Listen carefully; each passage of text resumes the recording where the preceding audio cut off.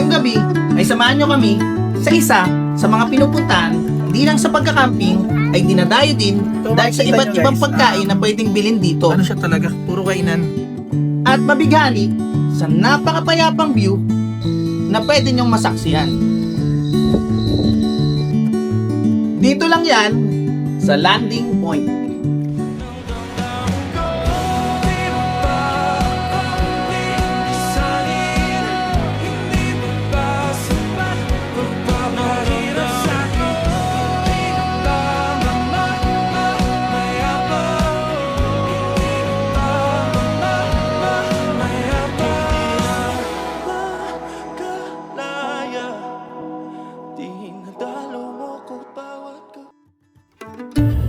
Pagkagaling namin sa Esmeris Farm, dumiretso na kami ng landing point. Kaya naman ay inabot na kami ng gabi. Ayun, so nakarating tayo sa Nagcarlan. Yan, sa bahay na Nagcarlan. So ginabi na tayo, 6:52 na. So, on the way tayo sa landing point, okay?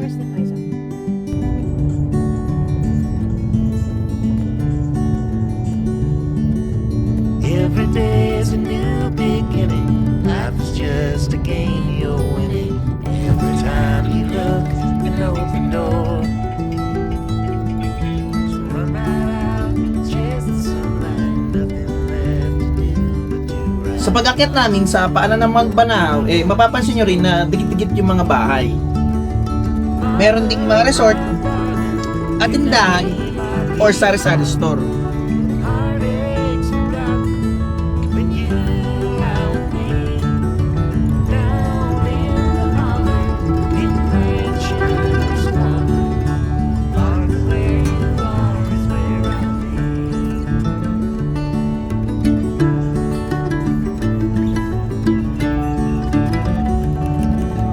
Evening comes, lay your head down, give your weary legs to rest now. It's night, but darling, not for long. I will write a song about you. May signal ka ba?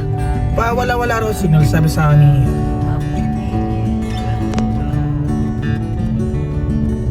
Mother, my darling, your name I keep calling. Heartaches forgotten when you lie with me. Down in the holler, in mansion or squalor. So yan, mapansin nyo, puro bahayan talaga yung mga nasa gilid. Sobrang dami pang bahay dito. Hindi siya yung remote areas na halos yun lang ang nakikita nyo. Isang bahay, mga ilang meters, isang bahay ulit. Hindi. Magkakatabi yung bahay dito and mataas na talaga tong part na to. Ito, so kakanan tayo dito. Makalagay naman. So ito, may makikita kayong signage. Yan. Landing point.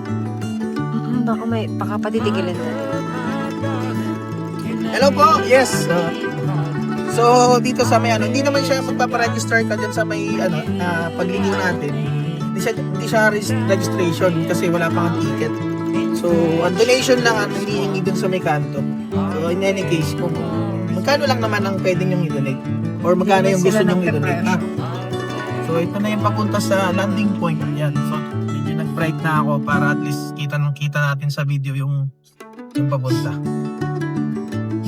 So far, all cemented naman yung roads natin. Ang ganda ng ngiti ng batang lalaki ron sa So yan, sementado naman siya lahat. So tingnan natin hanggang siya makarating tayo sa mismong landing point.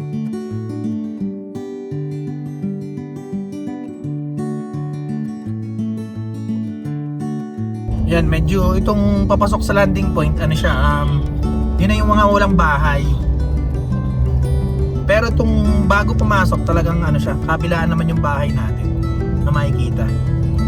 So dito talagang mapuno na yung lugar and madamok. So, mapapansin nyo rin na ang kabilaan yung dumadaan na mga motor. So parang napansin ko kasi siguro itong area to pasyalan din dito ng mga lokal. So ayan, tumataas na tayo ng pataas. Malalaman natin kung Bukas ang umaga ko ng churro sa paligid. Tumbangin tayo na sa gilid.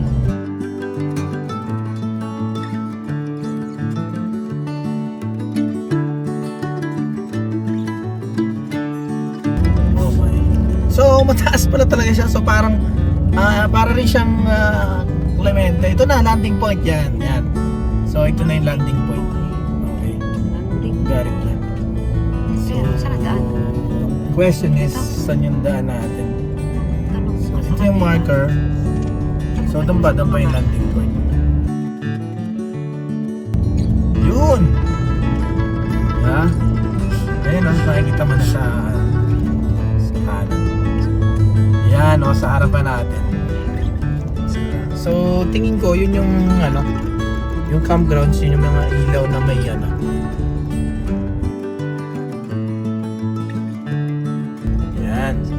So, ang dami pa ng tao dito. Yun nga yung sinasabi ko kay Joy na maraming mga tindahan. Lalo pagka yung kasi ginagawang talaga tong area to. So, makikita nyo guys, siya talaga, puro kainan. Yan, so, para siyang sa may Angono na yung doon, na overlooking. Medyo masigit nga lang kasi dami nakapark na mga motor, mga tricycle, so may mga rin sila, may mga sasakyan din nakapark. So, nag-unwind, yan, mga ganyan. May inuman na area siguro, for coffee. Yan, ayun o. Diba? So, tingnan natin. Paki-hold to man. Ayun ang campsite, I think.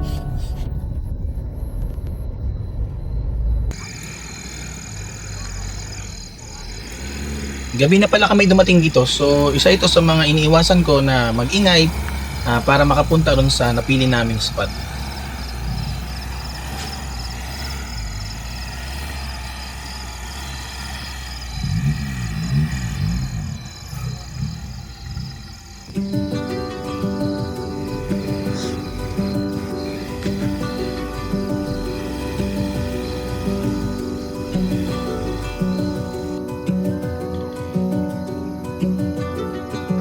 Ayan, so nandito yung dalawang makulit. Ayan.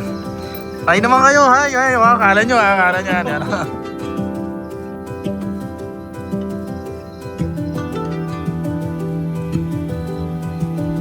Buti na i-follow ng mga followers natin, ha? Thank you din sa inyo. Ayan, so nandito kami ngayon sa landing point. Yan. So ito yung view. Then ito yung malalaman natin tomorrow kung mga siguro mas magandang gumising tayo maaga para ma-picture natin yung yung buong area. Yan, di ba? Payapang payapa.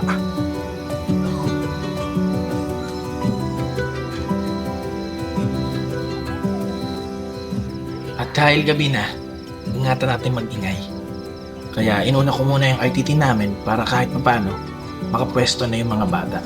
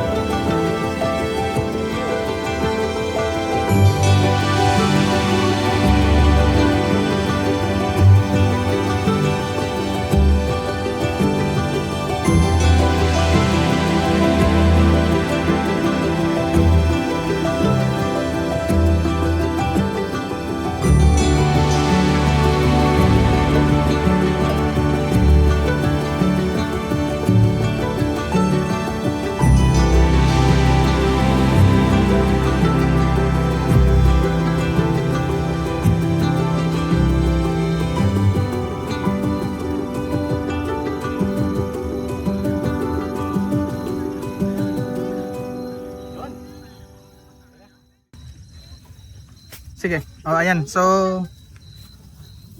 pakita ko sa inyo yung setup namin. So, ito na yung Black Dog stables natin, wares. Tapos, yung IGT set natin, yung grill. Yung ating portable na butane gas stove. Yan, tapos dito yung ating, doon ko naman muna nilagay yung ating coolers.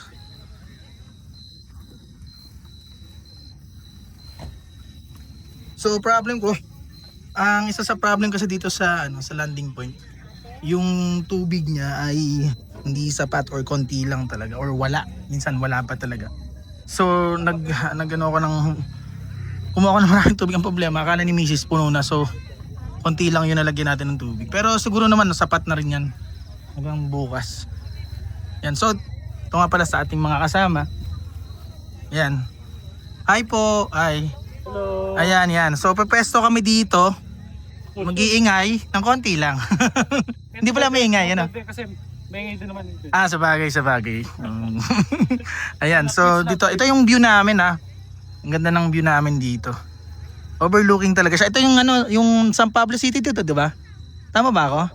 San Pablo, ayan, tama. Yan. So ang ganda niya. Maya, tingnan natin. At dito, nakilala namin yung former mayor ng Nagcarlan.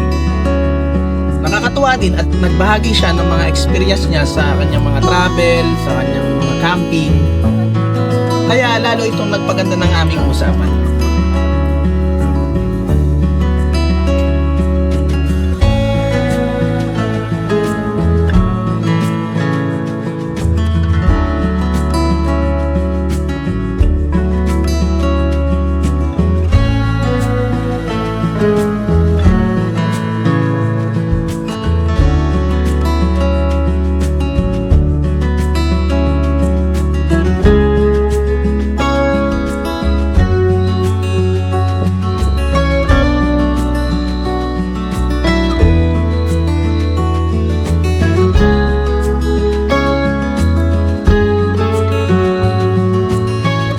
Ganda ng gabi.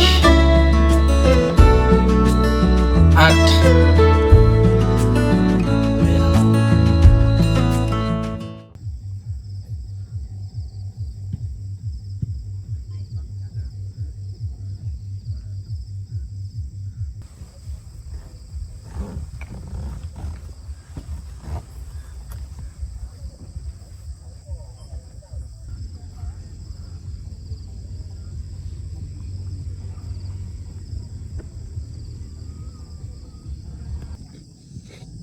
Ayun, good morning. Sa pagising ko, ito yung tumambat sa harapan ko. Yan yung view yan. Ganda. Ito may maliit na, siyempre iba sa actual kong ganitong pero pakita ko pa rin sa inyo.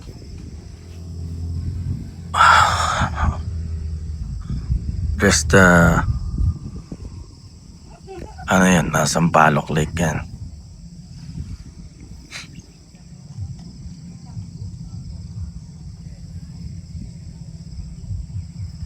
Nakita siya. Not sure pero ang alam ko Sampaloc Lake siya. Pero sabi ka ba't Sampaloc? So yung iba sabi Yambo. Alamin natin. So ito yung itsura namin. Daming campers dito. Actually para siyang viewscape. Dikit-dikit sila. So walang parang pag talagang napuno siya saka lang naman hindi yata na nagpapapasok. Walang control yung yung dami ng tao dito. Kasi alam ko parang mga 1 o'clock may mga pumapasok pa no. Good morning pala, good morning. Ayan, so pakita ko yung CR dito. Ayan.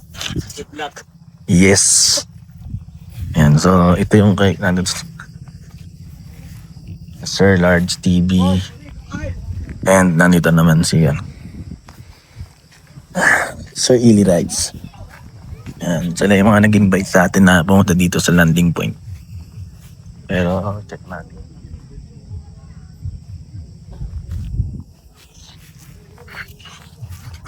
Yan, so pagka mapapansin nyo, yung sunrise dito yan. So yung view dun, nasa likod siya. Okay. So check natin yung ano. Yan, so yung restroom nila. Dito yata.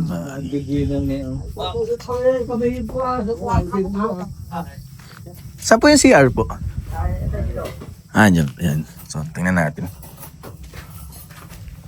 Good morning po. Good morning. Good morning. Yan. Yan. So may parang ano rin sila doon. Labab. So ito yung CR nila. Ayan. May tubig naman. Saka malinis, wala naman mga kalat. Kaso may bayad yung tubig, yung ano, yung pag-ihi, yung pagdumi. Dahil na rin yung tubig kasi mahirap eh. Iniigib nyo pa yung tubig, no? Opo. Kaya syempre, wala pa tayong access ng tubig eh. Walang supply. So iniigib pa ng dito. Kailangan ko sa... Sige po, sige po. Thank you, thank you. Ang pangalan niyang vlog po. Biyaherong kritiko po. Meron kritiko. Ay, oo, sige. Ilagay na si Ellie. Ay nga si Ilio. Nakatawa, sige. Yan. Ano po yun nandito po na parang may ano, may cruise po ba yan? Po yan. Pasyalan din. Po dito yung tanaw doon sa akin. May white plus point, di ba? Okay. Tapos nasa left side na to, ano pong yung bayan? Dolor. Chaong. Ito pong sa Pablo itong malaking to. Ito pong nasa kanan yun, Los Baños, yung malayo. Okay. Tapos ito pong lake na to, ano po ito? So Sampaloc nga. So yung parking dito, pwede ka mag-park doon. Tapos dito, pwede din. Hindi ko lang may papasok dito yung sasakyan. Doon sa kabila nakakapasok yung sasakyan. Gabi tumahan gabi. Tapos medyo slope siya, so mas mabuti na lang na iwan nyo dito yung mga sasakyan doon. So magdala kayo ng tent, lalo kung tent pitching naman kayo. Ito pong dalawang bundok na to, ano po ito? May tawag po ba yan? Yan ay yan ay bundok ng Pandin. Pandin.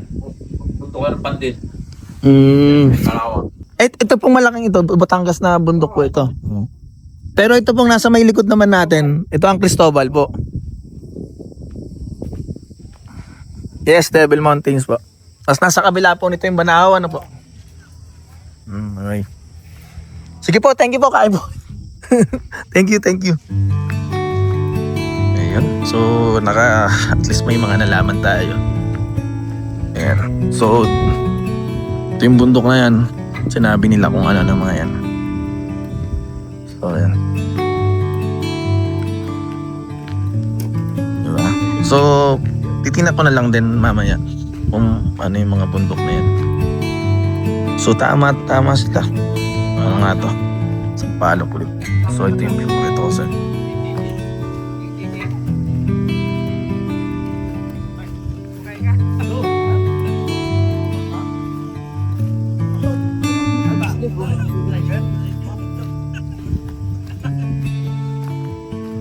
Yung pinakamagandang spot na best.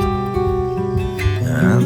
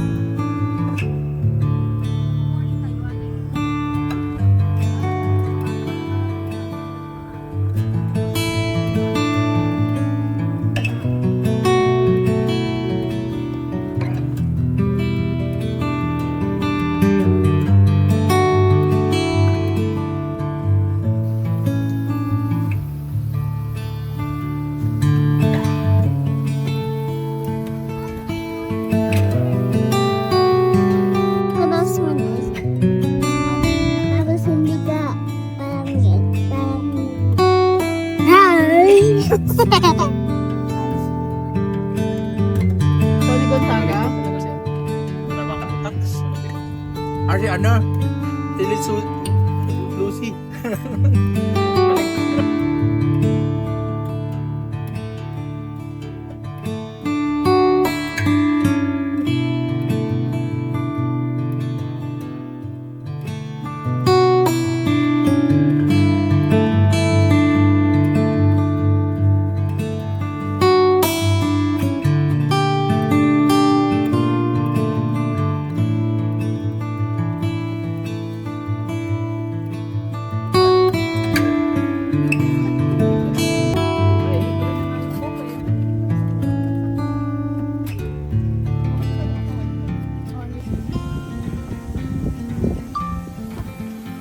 Ayan, so try na nating magligpit ng ating RTT and yung 270 owning natin. Kasi kagabi, hindi ko natin na ano yung kung paano siya i-set up kasi gabing-gabi na.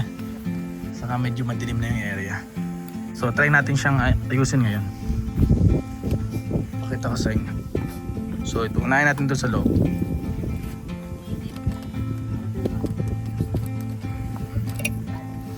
Yung na-press mo na din yung Yup. Yun, so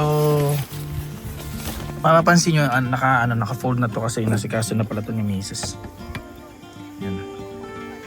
So, pina-fold namin yan para pag sarado namin ng RTT, hindi siya makasagabal. Ayan, so yung mga window, inaayos na rin pala niya. So, tiklopin na natin.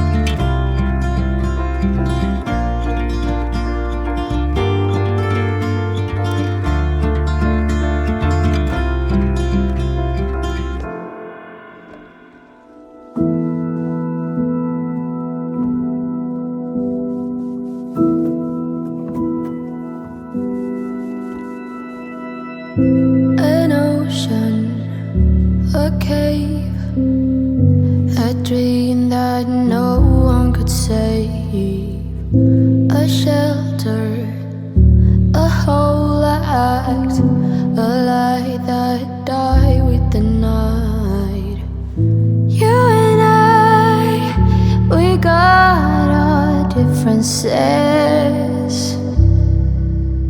yet I thought we were more alike than unlike. Months of rain and chest pain, what's the plan? Heavy breathing, stay insane.